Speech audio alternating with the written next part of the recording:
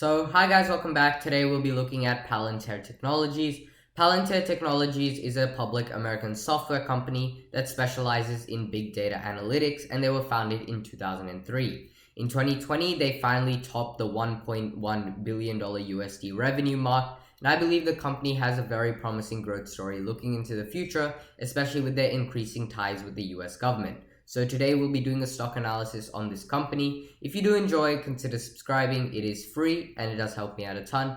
If not, thanks for watching anyway. Onto the video. If we look at Palantir's homepage, we can see that they build software that lets organizations integrate their data, their decisions, and their operations all into one platform. Our software empowers entire organizations to answer complex questions quickly by bringing the right data to the people who need it. Especially operating in this data analytics field, especially as we move to a more technological based society, their services and their products will become more and more important with new technological advancements, stuff such as defense, safety, and just more and more important as we become a more technological society. So that already is a very promising start for this company. So today we'll be looking at their 2020 quarter one of 2021 business update as well. So if we come to the first page here, so quarter one was a record-breaking quarter for Palantir Technologies. In quarter one of 2021, they generated 151 million in adjusted free cash flow, which is an increase of more than 441 million from quarter one of 2020, which is a 44% increase from negative 290 million to positive 151 million now, which is a $451 million increase in a year. If we look at their revenue, they grew revenue 49% year over year, generating $341 million in revenue across our government and commercial segments. In quarter one of 2020, they had 229 million, a 49 million increase equal to $341 million in revenue of quarter one of 2021. In quarter one of 2021, they grew billings by 248% to 362 million, resulting in a higher than expected cash flow, increasing their billings from 104 million all the way to 362 million dollars all in 1 year. If we look at their duration, in quarter one of 2021, they grew their total US revenue by 81% year over year, which is a very promising sign for this company. And part of that 81% year over year, they saw that commercial opportunities in the US and UK have increased by 2.5 times since February of 2021. And in the same period, active commercial pilots have more than doubled. In quarter one of 2021, they hired 50 new salespeople, and they have more than $5.4 billion in total remaining deal value as rewards at the end of quarter one of 2021. So the next thing we'll be looking at quickly is just their financial update. They saw 49% revenue growth year over year. They had $117 million in adjusted operating income, which is a $133 million increase year over year from there. They have $151 million in adjusted free cash flow, which was up $441 million a year. In quarter one of 2021, they grew revenue by 49%, which was more than their expected of 45%. They have more than 800 million annualized revenue run rate from the US customers alone. Their government business generated 208 million in revenue in quarter one of 2021, which is up 76 year over year, with 83% growth from US government customers from there as well.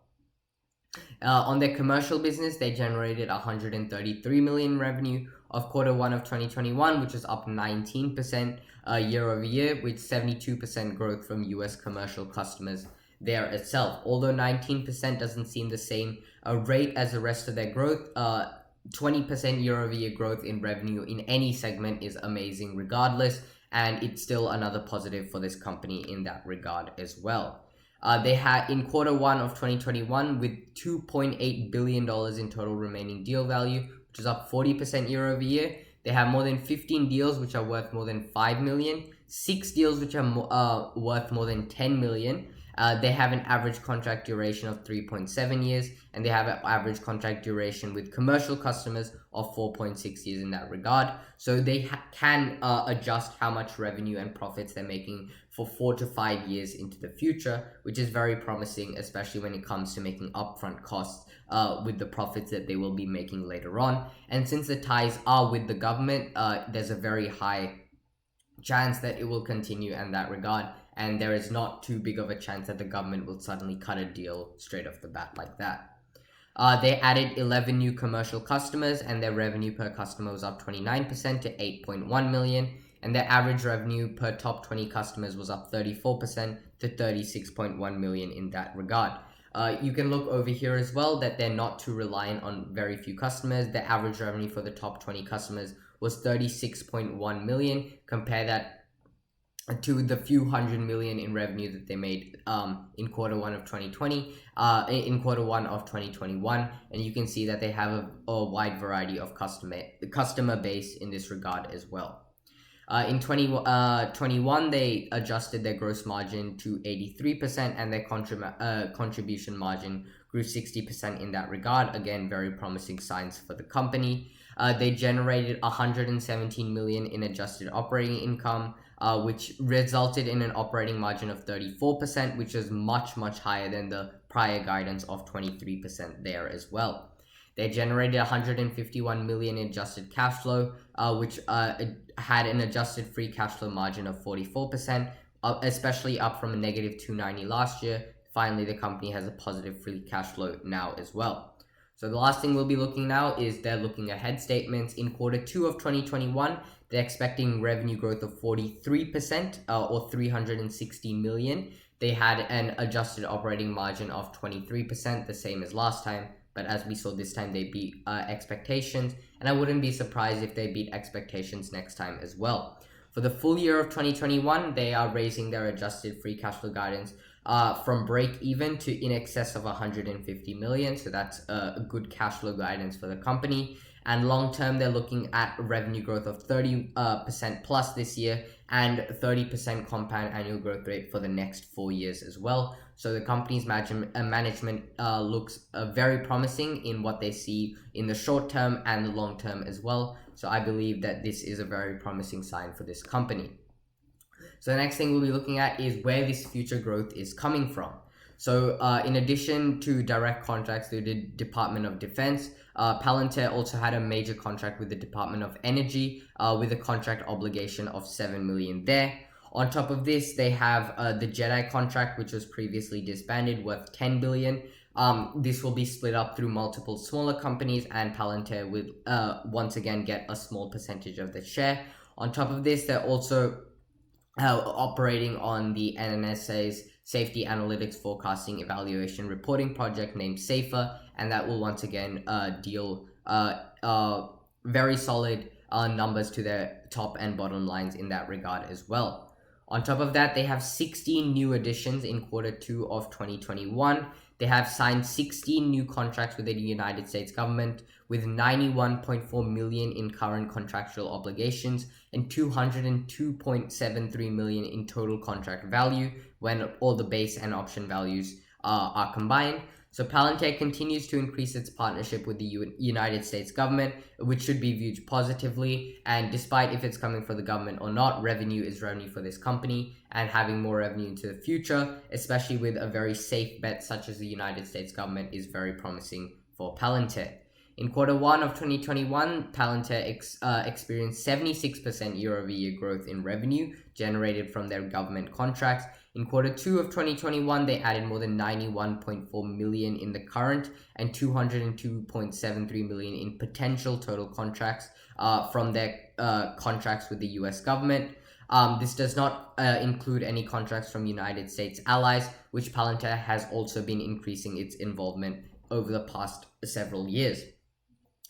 They are also looking to expand their relationships with overseas governments as well, and that will be very promising for Palantir, as the more governments they tie up with, the more money that they get, and on top of that, the bigger name they get as a global company, and that will just incentivize more governments to once again join on their contract list.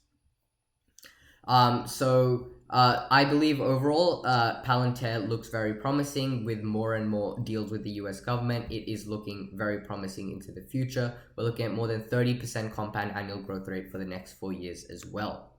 So the last thing we'll be looking at is Palantir's technical analysis. We can see the stock has fluctuated quite a bit. It started down all the way at about $10, went all the way up to 45, but then over the last few months, it has crashed to 17, went up to 27, is now currently trading at about $22.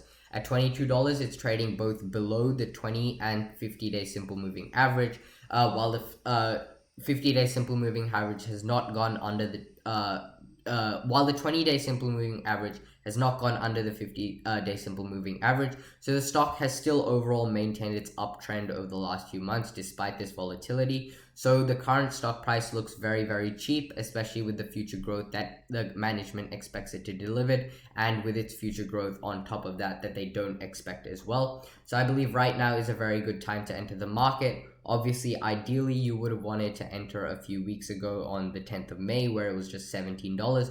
But right now is still a very, very good time to enter the market. So if you do choose to invest, make sure to do your own due diligence. I hope you enjoy this video and thanks for watching.